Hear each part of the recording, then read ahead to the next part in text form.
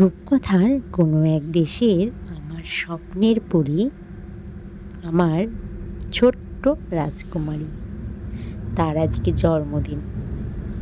আদরের ডাক মাম, আর তার বাবা তাকে ডাকে সবসময় পাপা বলে।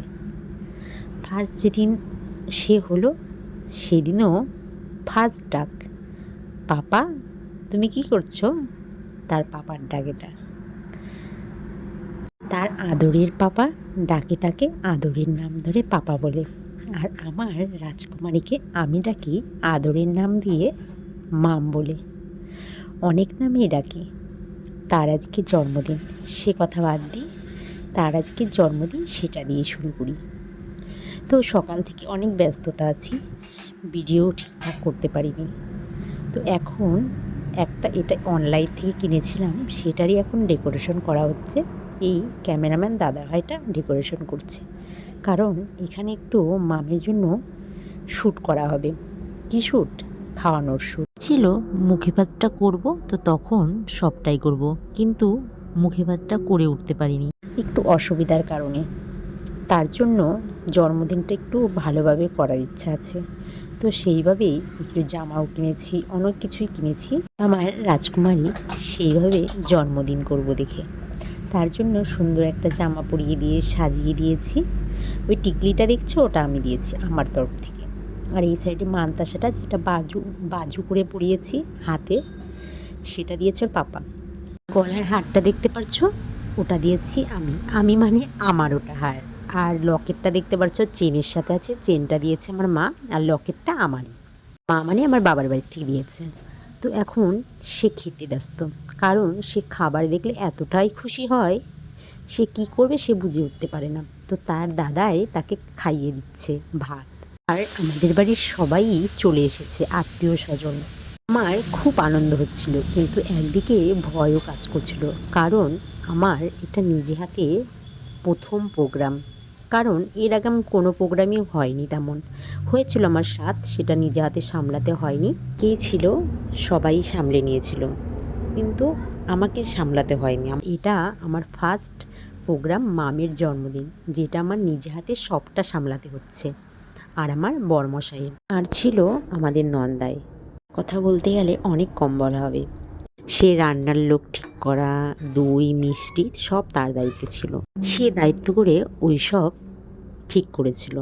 আর দেখো, তোমাদের সাথে কথা বলতে বলতে আমার মাম কেক কাটিংও করে নিল, কেক কাটাও হয়ে গেল। এখন মামকে একটু খাইয়েও দিল তার দিদুন আর তার ঠাম মিলে।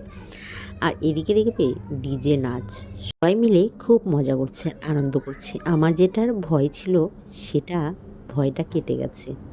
কারণ ভাবছিলাম সবটা ভালোভাবে মিটবে তো, খাবার দাবার সব কিছু ভালো হবে তো, সবাই খেয়ে নাম করবে তো, কেউ বলবে না তো খারাপ রান্না হয়েছে। কিন্তু না, সবাই ভালো বলেছে।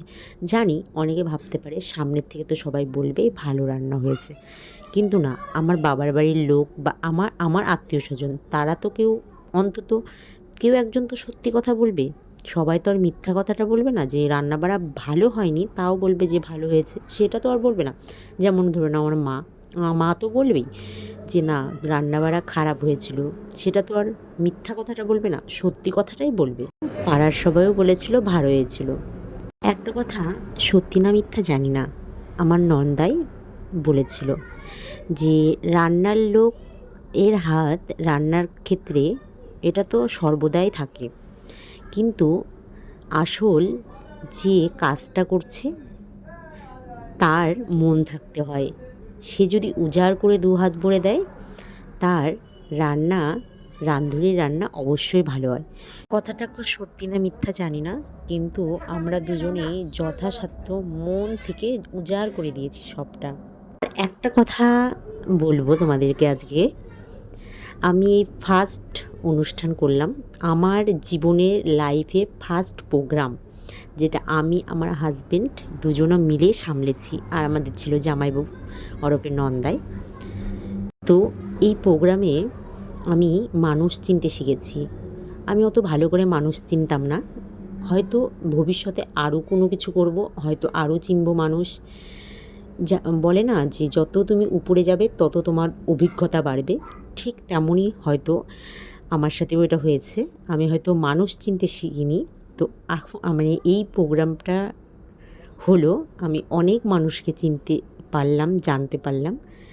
মানুষরা বলে যে তোমাকে যদি কেউ কিছু দেয় তুমি তার ডবল ফিরিয়ে দেবে, বাট আমার ক্ষেত্রে আমি মানুষকে উজাড় করে সবটা দিয়েছি, উজাড় করে সবটা ভালোবেসে দিয়েছি বা করেছি বলতে পারো, কিন্তু আমি তাদের কাছ থেকে কোনো কিছুই পাইনি। যাই হোক, মানুষ চিনতে পারাটা অনেকটাই কঠিন। আমি জন্মদিনটা করলাম দেখেই নিজে হাতে করে অনেক মানুষকে চিনলাম, জানলাম। কথাগুলো বলার মাইন্ডেই ছিলাম না, কারণ বললাম একটু মনটা হালকা করার জন্য। কারণ যাই হোক, অনেক কথা বলতে বলতে আমার মেয়ের পরের দিনে শ্যুটও হয়ে গেল। হলদি শ্যুট মানে স্নান করানোর শ্যুট করতে চেয়েছিলাম, সেদিন হয়েছিল না, তো ক্যামেরাম্যান দাদা ছিল, তো তারপরের দিন শ্যুটটা আমি করেছিলাম। জলের মধ্যে কয়টা ফুল দিয়ে মামকে একটু সাজিয়ে গুজিয়ে করেছিলাম, আর তারপরে চলে এসেছিলাম আমরা কানকিতে, যেখানে সবাই মিলে খুব মজা করেছি, আনন্দ করেছি। আর আমার মামের কয়টা শ্যুট নিয়েছি, যেটা ইচ্ছা ছিল কানকিতে এসে নেব, তো এখানে পারমিশন দিচ্ছিল না। তারপরে আমার বরমশাই কাকে ফোন করলো, তারপরে পারমিশন দেওয়ার পরে তারপরে আমরা শ্যুটটা করতে পেরেছি। যাই হোক, তো ভিডিওটা এই পর্যন্তই। তোমাদের কেমন লাগলো অবশ্যই জানিও। আর মানুষ চিনাটা অনেক জরুরি, বাট তুমি চিনবে না প্রথমের দিকে, ধাপে ধাপে সবাইকেই আস্তে আস্তে চিনবে। অনেকে ভাবতে পারে আমি খারাপ কথা বলছি বা খারাপ, হ্যাঁ ভাবলে ভাবতে পারো। আমি উচিত কথাটা বলি দেখেই আমি সবার কাছে তিতা বা খারাপ। একটা কথা তোমরা কি জানো, কেউ যদি আমাকে কোনো কিছু দেয় তার 10 গুণ আমি তাকে ফিরিয়ে দিই, যেটা ভালোবাসা হোক বা কিছু হোক। আমার ক্ষেত্রে সেটা উল্টো হয়, আমি যদি তাদেরকে ভালোবাসা দিই আমার তরফ থেকে উজাড় করে, কিন্তু তাদের ক্ষেত্রে আমি 10 গুণ আরও কম পাই, যে কোনো ক্ষেত্রে। এটা আমি দেখেছি। এখন আর কোনো কিছু নিয়ে ভাবি না, বলতে এরকম। অনেক বক বক করে ফেললাম। তোমরা সবাই আমার দুটো ছানাটাকে আশীর্বাদ করো, সে জানি জীবনে অনেক বড় হয়, মানুষ